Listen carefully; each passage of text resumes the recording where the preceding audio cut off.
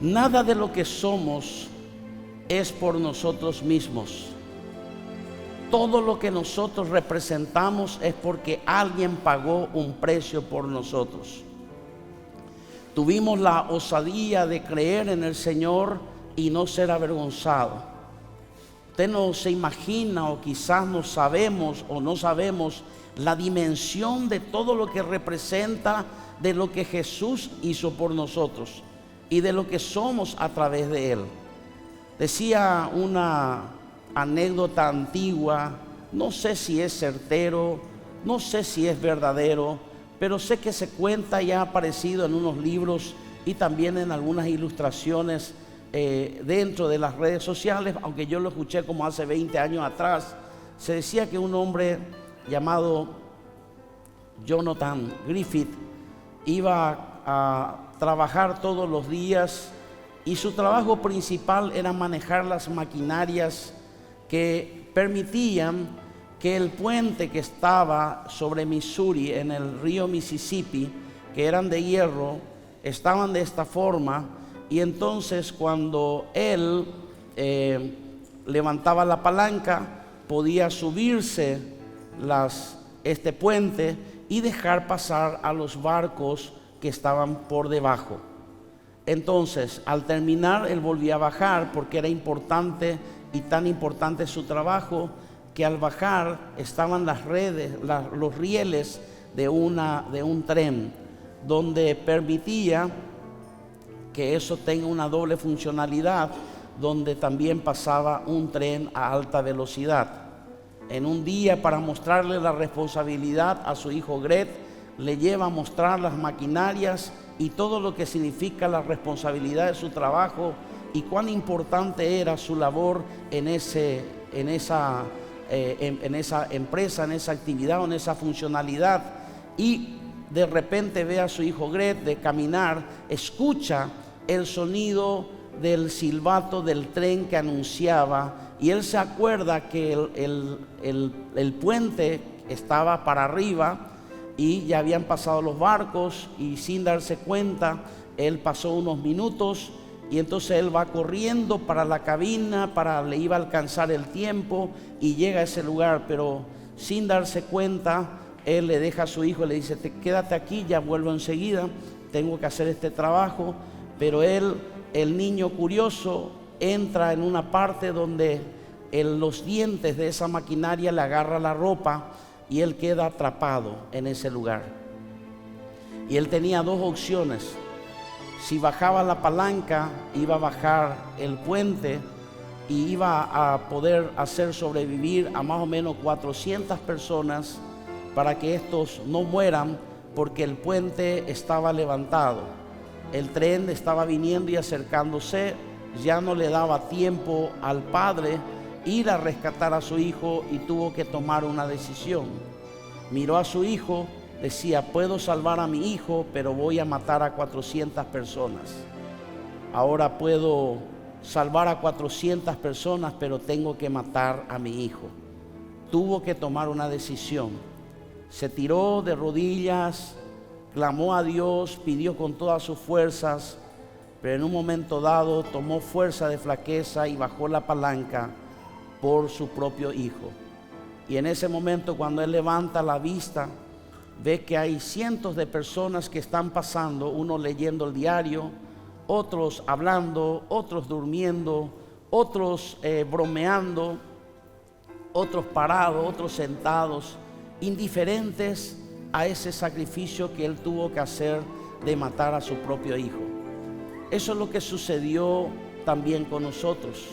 Íbamos camino a una destrucción total, donde íbamos a ser exterminados por completo. Pero en este caso, este tren no solamente nos llevaría a la muerte, sino a la destrucción eterna. Y entonces Dios tuvo que tomar la decisión de dar a su Hijo Jesús, para que cada uno de nosotros tengamos la oportunidad de alcanzar esa salvación tan grande. Y un precio muy alto fue pagado por tu salvación, porque al mismo tiempo también, cuando aceptamos esa obra de Dios en nuestras vidas, empezamos a entender nuestro verdadero valor, que es la sangre de Jesús, la vida de Jesús en nosotros.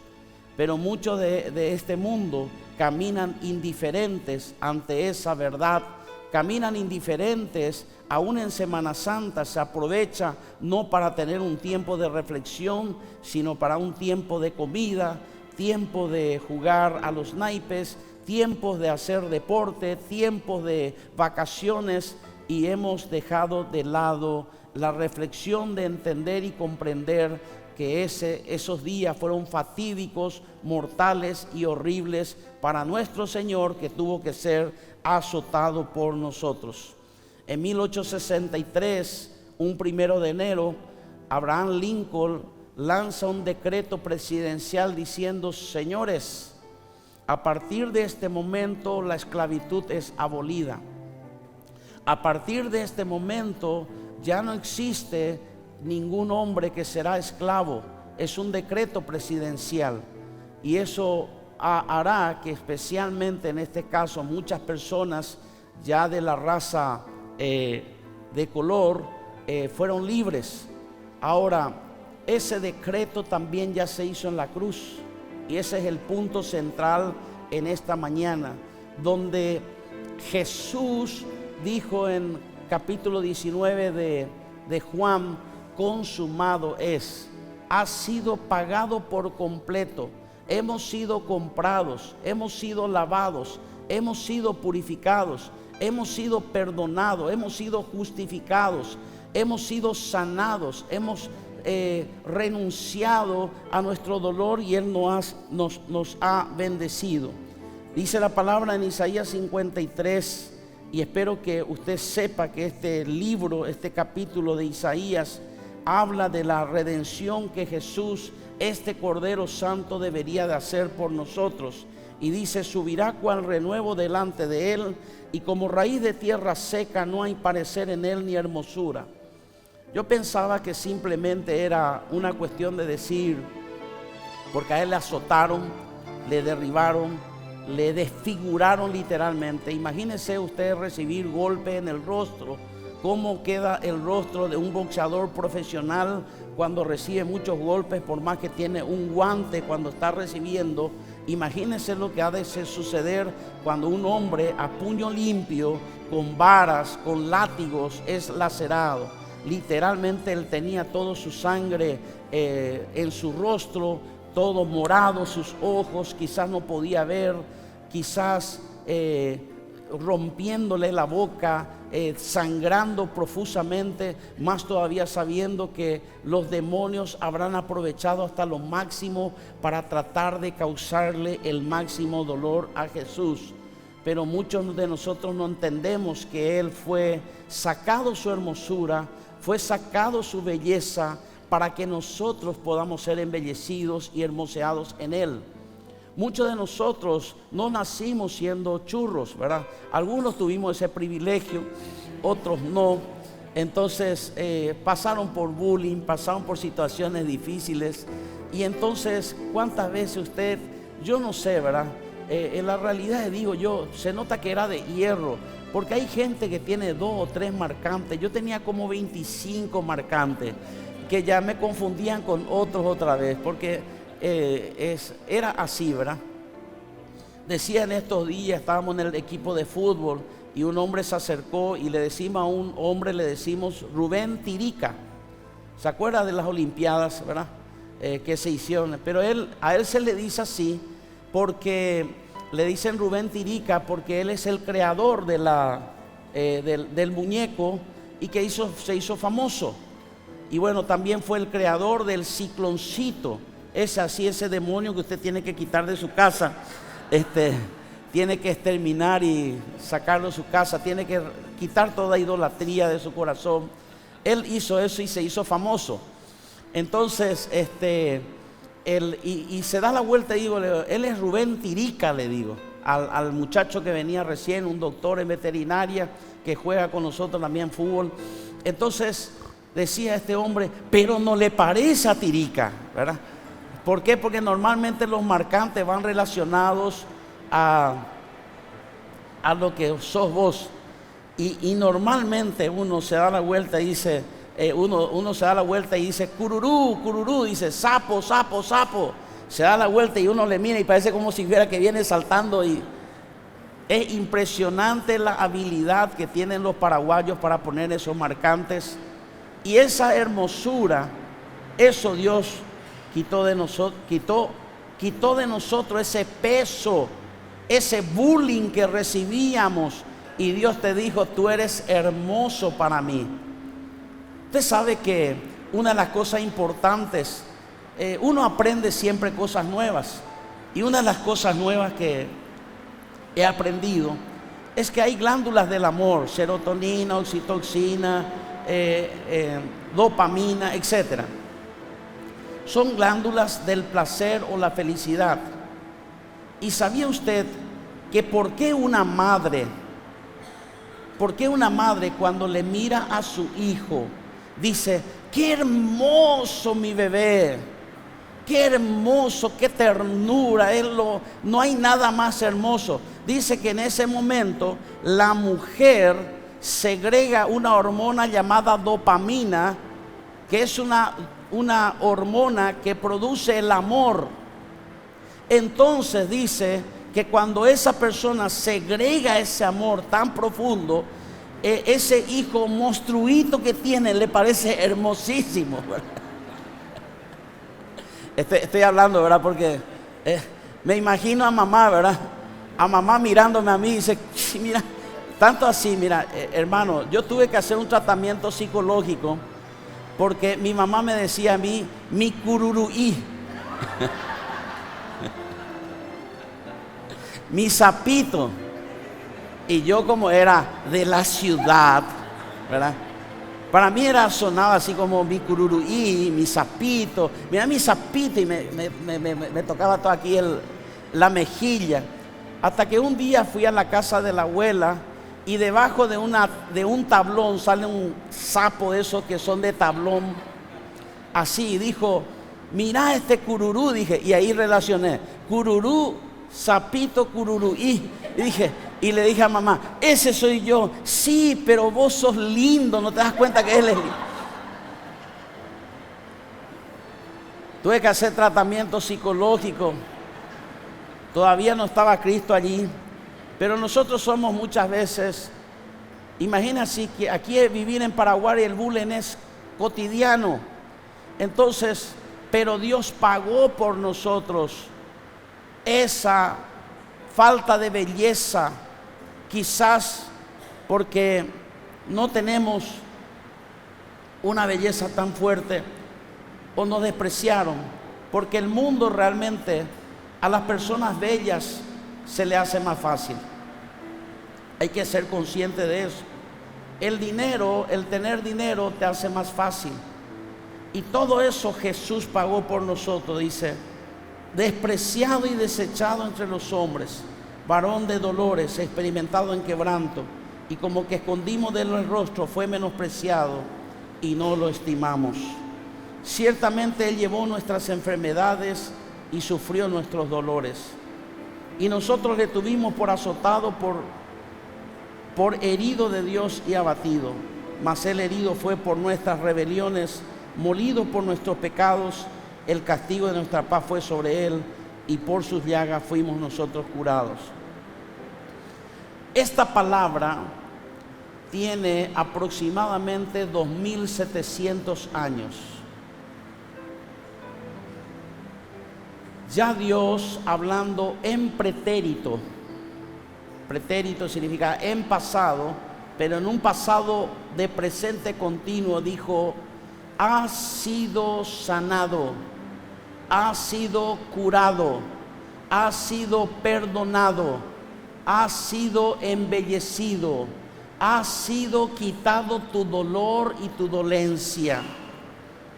Uno de los puntos que le hablé con respecto a lo que Dios me mostró y me dijo, y voy a tener que volver a reiterar esto, es que Dios me dijo, muchas personas no pueden pasar una línea de ver mi gloria y mi poder porque sienten dolor en el corazón. Entonces la pregunta al Señor, ¿a qué dolor te refieres? Porque en la iglesia nos enseñaron a perdonar. Y decimos: Señor, yo por orden de Dios, yo perdono, bendigo y le amo, pero no me sale ese dolor. Y ahí es donde entra el Señor Jesús y dice: yo también sufrí tus dolores. Esto fue en base a un texto de la palabra que he leído en Marcos capítulo 11, cuando Jesús se acerca y dice: señores, cuando tú tienes fe y pides algo por tu vida, es imposible que Dios no te dé, dice en otra versión. O sea, no dice que es imposible alcanzar, dice es imposible que Dios no te dé. Pero cuando tú te acerques a Dios, dice: perdona a los que te ofendieron. Y yo quiero agregar también, porque normalmente los predicadores decimos: hermano, las personas, perdona lo que te han dañado, perdona lo que te han lastimado, perdona lo que te hicieron bullying, perdona a esas personas. Pero realmente muchos de nosotros hemos sido victimarios y no víctimas.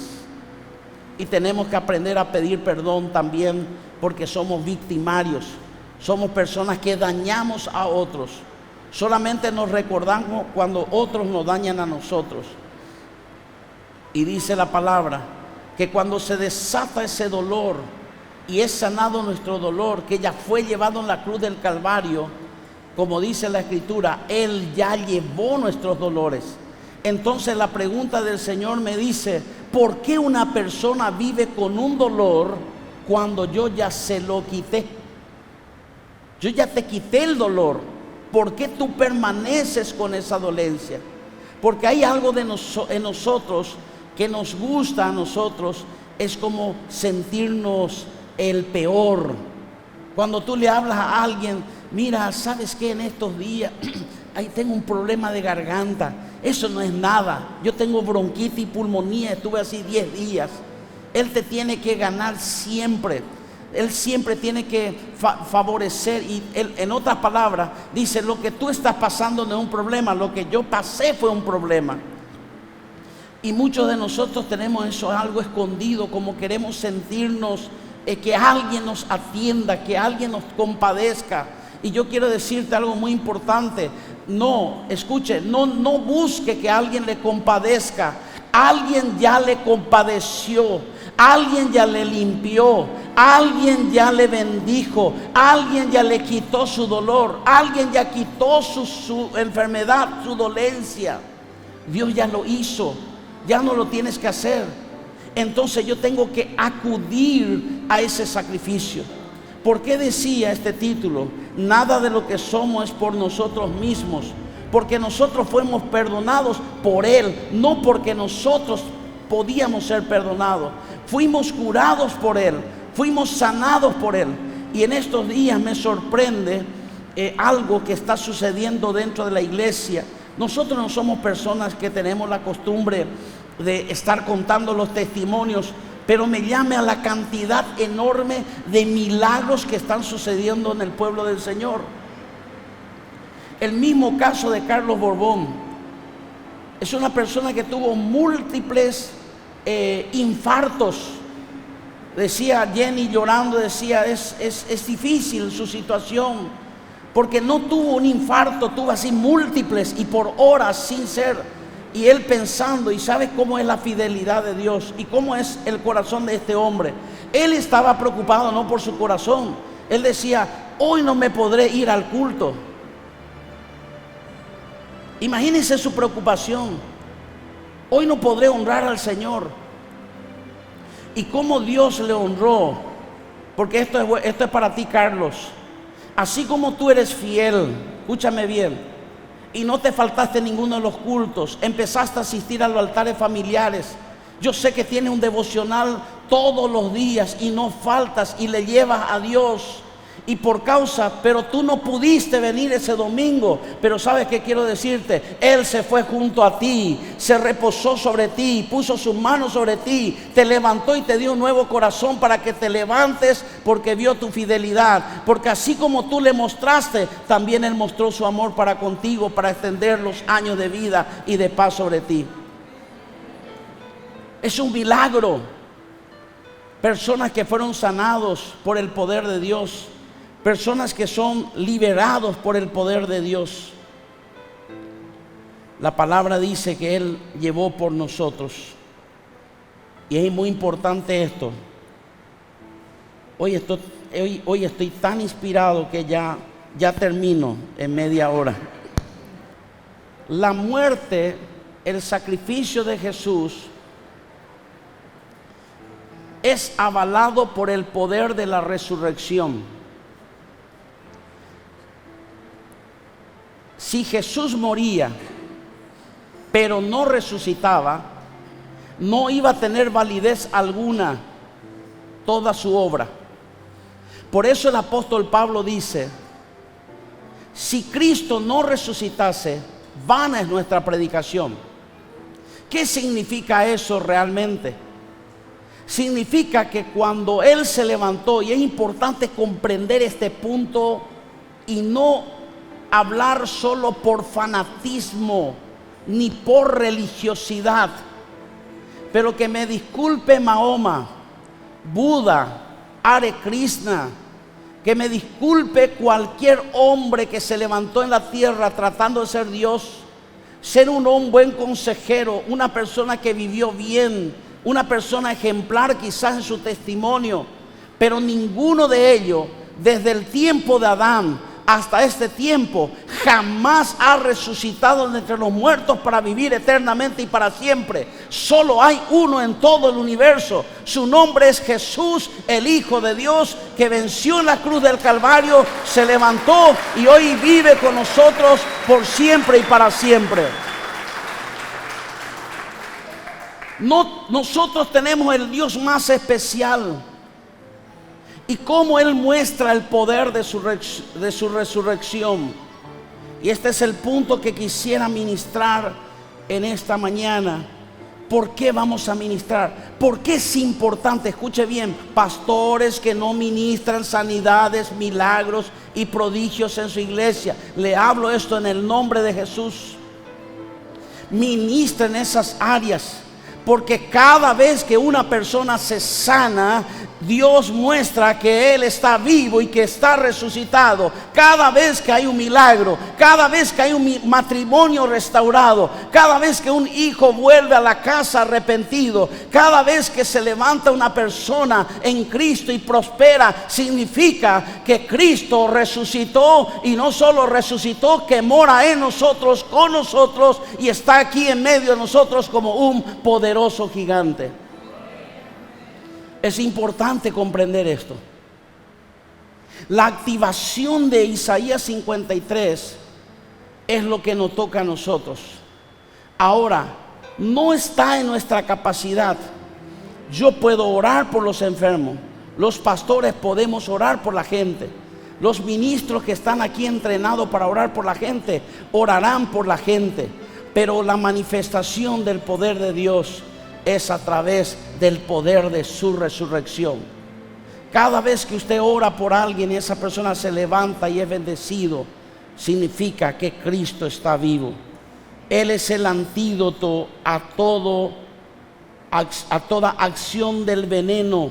Es la sustancia que contrarresta o anula toda fuerza de tiniebla. Cristo es el antídoto contra todo el pecado. Por sus llagas somos sanos. Él fue desfigurado para que seamos embellecidos. Por su corona llevó todos los pensamientos de muerte y suicidio de nuestra mente. Él llevó el castigo de nuestra paz. Sus manos fueron clavados por nuestras malas obras. Fue rechazado para que yo sea aceptado. Fue humillado para que yo sea exaltado. Sufrió el tormento para que experimente el gozo. Sufrió el dolor para que tengas paz. Sus pies fueron clavados para que mis pasos sean ordenados. Fue desnudado para que yo sea vestido de honra. Fue empobrecido para que yo sea prosperado. Llevó mi carga para que sea alivianado. Sufrió la muerte para que yo tenga vida eterna. Todo lo hizo Cristo por nosotros.